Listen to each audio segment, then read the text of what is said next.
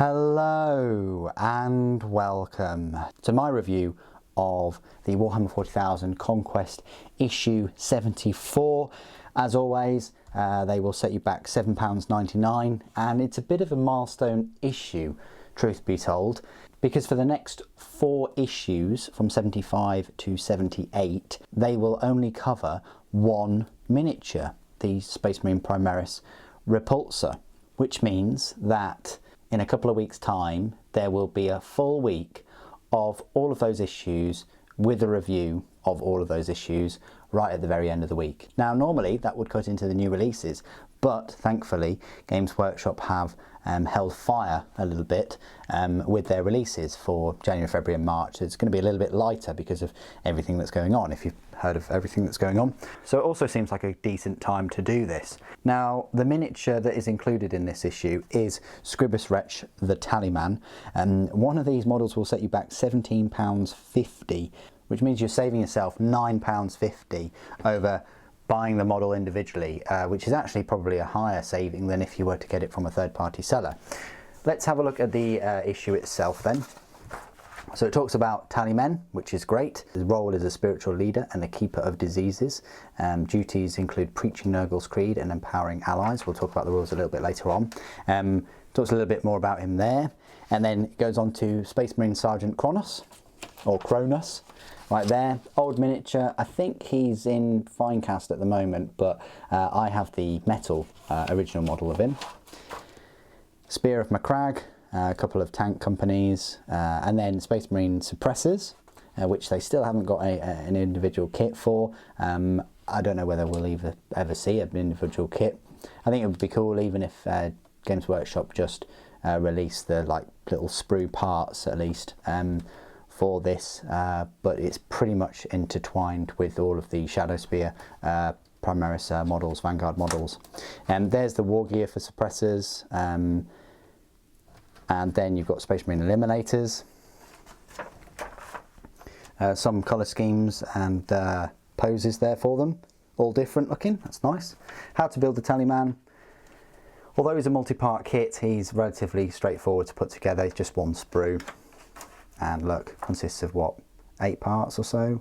Yeah, goes together really easily. That's how they paint him. They use Wild Rider Red a few times, some gold again, which I'm not a huge fan of, and some freehand writing, some Lilac Oxide. They put it a little bit around the trim and the skulls. And then finishing the Tallyman. It looks alright, still kind of cartoony and brightly coloured. I much prefer the sort of grim dark Death Guard look. Power in numbers, mission, Tallyman, the Tallyman cometh. And then the rules, I think they are the same as the ones in the Death Guard Codex, which we'll go through in a moment. However, hold on to your hats. I believe that the new Death Guard Codex is on its way any day now. I think it's going to be up for pre-order on the 16th of January. I could be completely wrong. I don't like to put dates of pre-orders and things in these videos for obvious reasons, but yeah, that's the word on the street at least.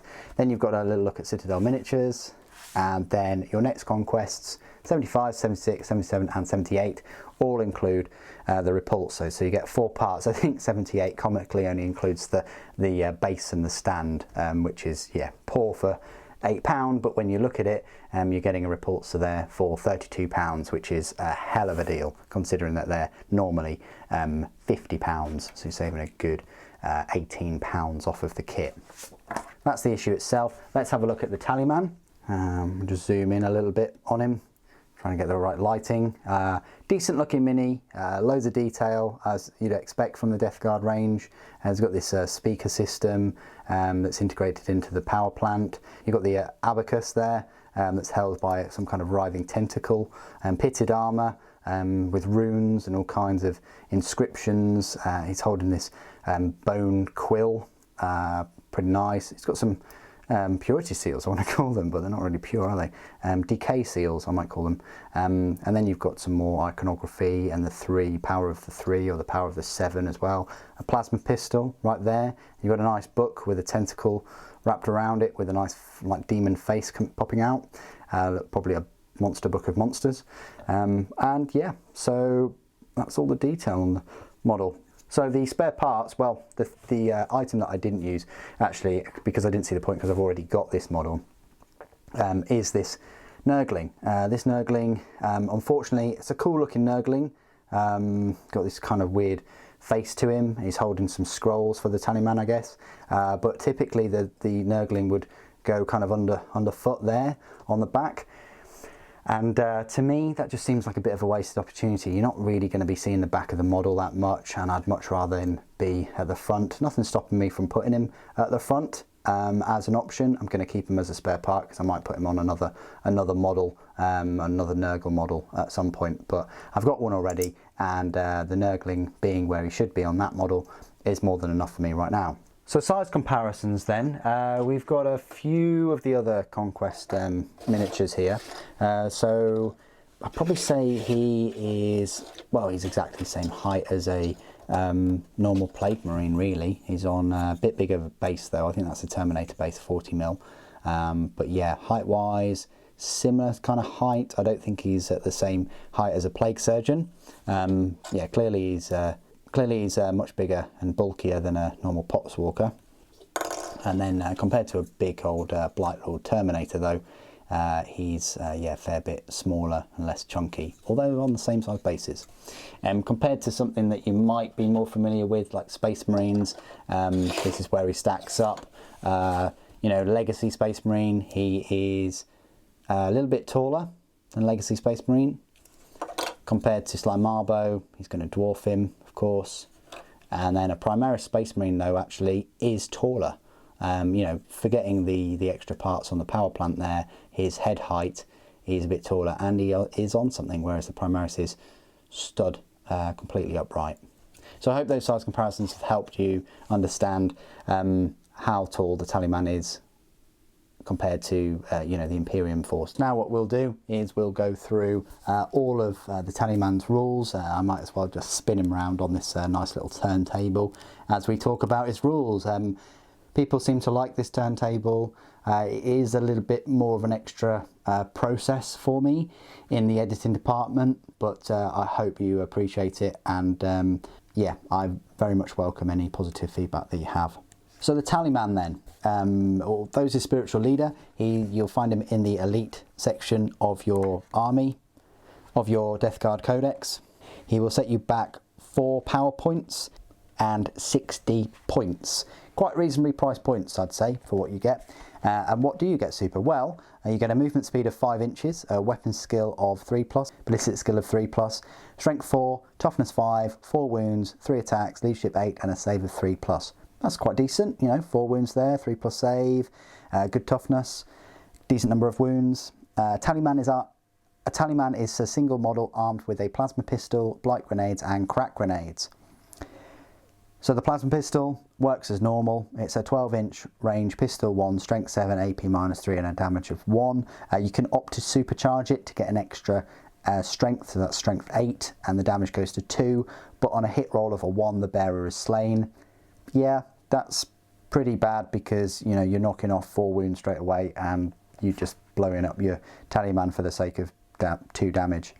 Blight grenades work as usual for Death Guard, so that's range 6-inch, grenade D6, strength 3, AP 0, damage 1, but it is a plague weapon. Might be worth giving you a little refresh on a plague weapon. You can re-roll wound rolls over 1 for a weapon with this ability, that's all it means. And crack grenades work as usual. Abilities: Death to the False Emperor and Disgustingly Resilient. Festering Zealot. You can re-roll failed hit rolls in the fight phase for friendly Death Guard units that are within 7 inches of this model. That's quite a tasty aura effect. You know, re-rolling fail to hit rolls in combat. Brilliant. Not just re-roll hit rolls of a 1 or wound rolls or anything like that. You can just re-roll the hit rolls. So if you've got any Death Guard units like your Blightlord Terminators or even your Death Shroud, or because let's face it, they don't have the weapon skill of 2+, they only have a 3+. Even if you've got other single characters like the Blightbringer or the Plague Surgeon, or just your normal Plague Marines really, having that ability to re-roll failed hits is you know, the best use of those 60 points. Then the final ability is the sevenfold chant. If your army is battle forged and you have any tally men on the battlefield, roll 2d6 each time you spend command points to use a Death Guard stratagem. If the result is 7, Nurgle bestows his blessing upon your army. The command points spent to use that stratagem are immediately refunded. That's fantastic. I mean, you know, if you get that 7, you're going to get your command points back. Keywords: Chaos, Nurgle, Heretic, Astartes, Death Guard, Character, Infantry, Tallyman. So there you go, that is my review of the Warhammer 40,000 Conquest issue 74 and my full review of the Death Guard Tallyman. Of course, he's the standard speed of Death Guard, the 5 inches. He doesn't have any kind of close combat weapon at all, not even like a plague sword, so he's going to be vulnerable to close combat, which is quite ironic because you're going to need him within 7 inches of close combat troops. So if you spot him there, try and single him out, try and take him down, preferably from over 12 inches away. But if you have to get into close combat with him, do so and wipe him out. Because he's not going to pose much of a threat at all to you with any of his close combat weapons, and it's worth taking him out to stop that Festering Zealot ability, and also to put a stop for the command points potentially being refunded.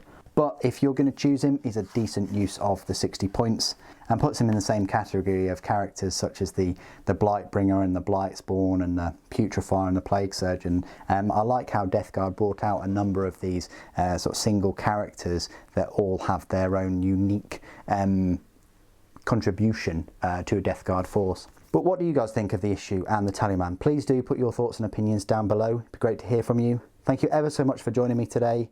Thank you for watching. Papa bless.